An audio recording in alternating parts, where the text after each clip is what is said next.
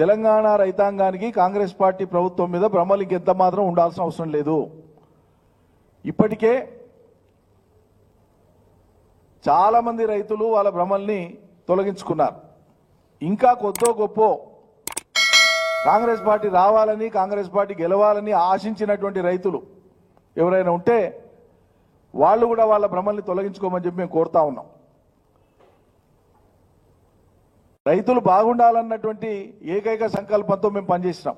కేసీఆర్ సర్కార్ పనిచేసింది. ఈ రకంగా ఇట్లా గీతలు గీసి పాయలు పాయలుగా రైతుల్ని విడగొట్టి కొందరికే లబ్ధి చేసి అందరికీ చేసినట్లు డాంబిక ప్రచారం మేము చేయలే ఎలా. అందుకే మేము ఈ రోజు నుంచి తెలంగాణ రైతాంగానికి ఒక విజ్ఞప్తి చేస్తా ఉన్నాం.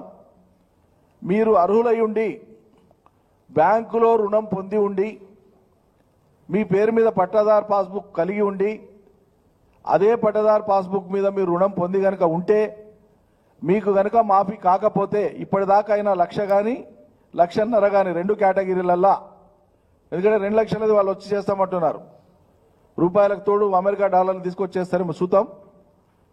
1,00,000-1,50,000 లోపు ఉండేటువంటి అప్పులకు సంబంధించినటువంటి రైతులు మీవి గనక మాఫీ కాకపోతే, మాఫీ లిస్టులో మీది రాకపోతే మేము ఒక నంబర్ ఇస్తున్నాం మీకు, వాట్సాప్ నంబర్ ఇది. ఇక్కడ తెలంగాణ భవన్ నుంచి ఎప్పుడూ 2 అనుభవజ్ఞులైనటువంటి నాయకులు, ప్రజాప్రతినిధులు కానీ మాజీ ప్రజాప్రతినిధులు కానీ బాధ్యులైనటువంటి వాళ్ళు ఎప్పుడూ ఉంటారు. ప్రతిరోజు 2 అందుబాటులో ఉంటారు, రౌండ్ ది క్లాక్ ఉంటారు. మీరు ఈ వాట్సాప్కు మీ లోన్ వివరాలు, ఏ బ్యాంకు, ఏ ఊరు, సర్వే నంబరు, పట్టదారు పాస్బుక్ మీరు వివరాలు పెట్టండి. పెట్టడంతో పాటు మీ రిమార్క్స్ రాయండి. అక్కడ రాలేదా, ఎందుకు రాలేదు, వాళ్ళు ఏమన్నారు, ఈ వివరాలు తెలపండి. ఈ మొత్తం వివరాలను కలిపి మళ్ళీ మేము రాష్ట్ర ప్రభుత్వం వద్ద మాట్లాడతాం, చర్చకు పెడతాం. యథార్థాలు ఏంటో మొత్తం బయట సమాజానికి తీసుకొచ్చి చూపిస్తాం. ప్రత్యక్షంగా ఈ మాటలు అవసరం లేదు. వచ్చిన వాళ్ళు ఎవరు, రాని వాళ్ళు ఎవరు తెలుసుకుందాం. మనిషికి ఎప్పుడు కూడా 100% సాటిస్ఫాక్షన్. మేము ఒకటి కార్యక్రమం చేసుకుంటూ ఉన్నాం. ఇప్పుడు ఇక్కడ మహిళల బస్ స్టాండ్ కాలేదు, ఎవరు ఒక ప్రయారిటీస్ మేము తప్పకుండా మా దగ్గర ఉండేటువంటి పరిస్థితుల వల్ల మేము రైతు రుణమాఫీ చేయాలని నిర్ణయం చేసుకున్నాము. మేము 200 యూనిట్ల కరెంట్ ఇస్తున్నాము. మేము ఉచిత మహిళల బస్సు ఇచ్చినాము. ఆరోగ్యశ్రీ కార్యక్రమం ఇచ్చినాము. రేపు పొద్దున 500 గ్యాస్ సిలిండర్ ఇచ్చినాము.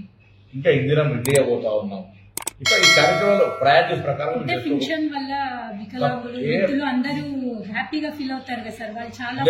You're right. తప్పకుండా మా ప్రభుత్వం దిశలో కొంత ఆర్థిక పరమైనటువంటి ఒత్తిళ్ల వల్ల ఆలస్యం జరిగిన ఆలస్యమే తప్ప దాన్ని ఇవ్వకుండా పోయేటువంటి పరిస్థితి ఉంది.